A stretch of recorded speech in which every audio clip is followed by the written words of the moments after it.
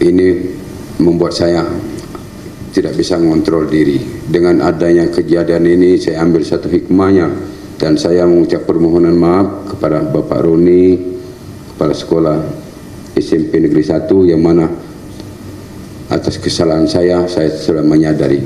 Kemendagri Tito perintahkan periksa Wali Kota Prabu Mulih. Pencopotan Kepsek tidak sesuai mekanisme. Berdasarkan hasil pemeriksaan Kementerian Dalam Negeri, pencopotan Kepala Sekolah SMP Negeri 1 Prabu Mulih Roni Ardiansyah oleh Wali Kota Prabu Mulih, Sumatera Selatan, Arlan tidak sesuai dengan mekanisme.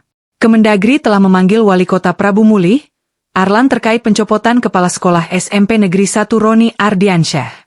Arlan diduga mencopot Roni Ardiansyah karena menegur anaknya yang membawa mobil ke sekolah.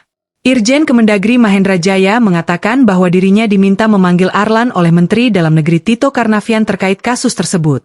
Berdasarkan Pasal 8 Undang-Undang Nomor 23 Tahun 2014 tentang Pemerintahan Daerah disebutkan Menteri Dalam Negeri adalah Koordinator Pembinaan dan Pengawasan, Binwas, Nasional Penyelenggaraan Urusan Pemerintahan Daerah.